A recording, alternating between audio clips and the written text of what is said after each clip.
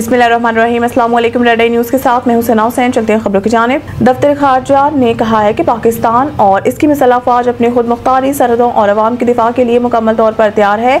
तर्जुमान दफ्तर खारजा ने हफ्तावार ब्रीफिंग में बताया कि पाकिस्तान इंडस वाटर ट्रीटी को मुअत्तल करने के भारतीय फैसले को सख्ती से मुस्तरद करता है। पानी पाकिस्तान के लिए जिंदगी और मौत का मसला है। अगर भारत ने पानी रोकने या रुख मोड़ने की कोशिश की तो ये जंगी इकदाम तस्वर होगा। तर्जुमान के मुताबिक हम सिंताज माहिदे पर अपनी पॉलिसी का आयादा रखते हैं। ये माहिदा 250 मिलियन अफराद की जिंदगी का मामला है।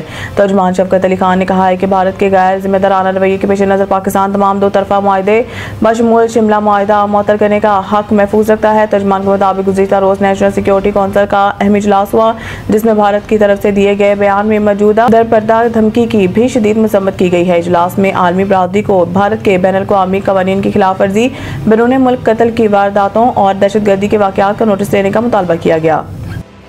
पाकिस्तान की जानिब से भारतीय मलकियत और भारतीय ऑपरेटेड एयरलाइंस पर अपनी फ़िज़ाई हदूद फौरी तौर पर बंद करने के ऐलान के बाद मुत्तहिदा अरब अमारात यूएई और भारत के दरमियान परवाज़ों को ताख़ीर और तवील रास्तों का सामना करना पड़ सकता है।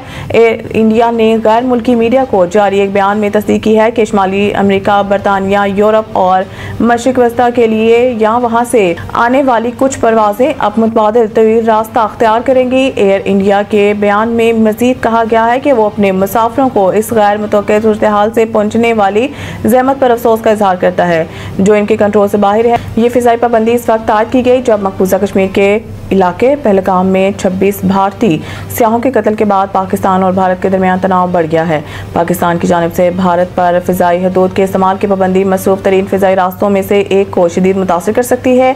दुबई, अबू धाबी और शारजा से दिल्ली, मुंबई और बेंगलुरु जैसे बड़े भारतीय शहरों के रोज़ाना के कई परवाज़ें पाकिस्तानी फ़िज़ाई हदूद से गुजरती हैं ताकि मुख्तसर रास्ता अख्तियार किया जा सके। फ़िज़ाई हदूद की बंदिश के बाद यूएई में काम करने वाली तमाम भारतीय एयरलाइंस मुमकिन तौर पर बहिरा अरब के ऊपर या जनूबी सिमत में तवील रास्ता अख्तियार करने पर मजबूर होगी, जिससे परवाज़ का वक्त 2 घंटे तक बढ़ सकता है।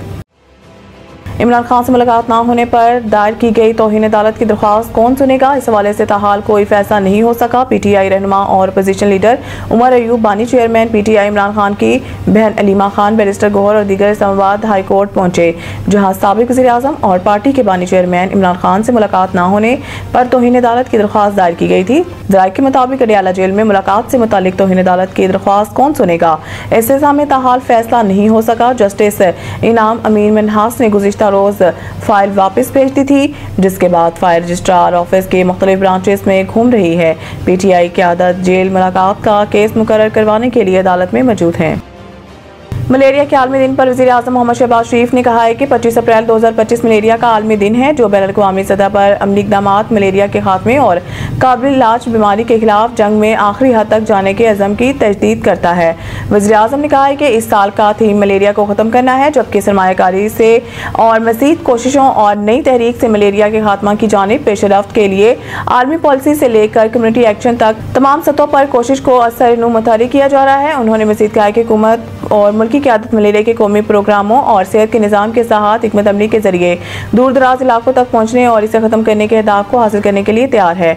शहबाज शरीफ ने मज़ीद कहा है कि मलेरिया के आलमी दिन के मौका पर हम तमाम स्टेक होल्डर्स, हुकूमत, सिविल सोसाइटी, हेल्थ वर्कर्स और बैनुल-अक़वामी बरादरी से अपील करते हैं कि वो मुत्तहिद होकर इस अहम मिशन के लिए काम करें।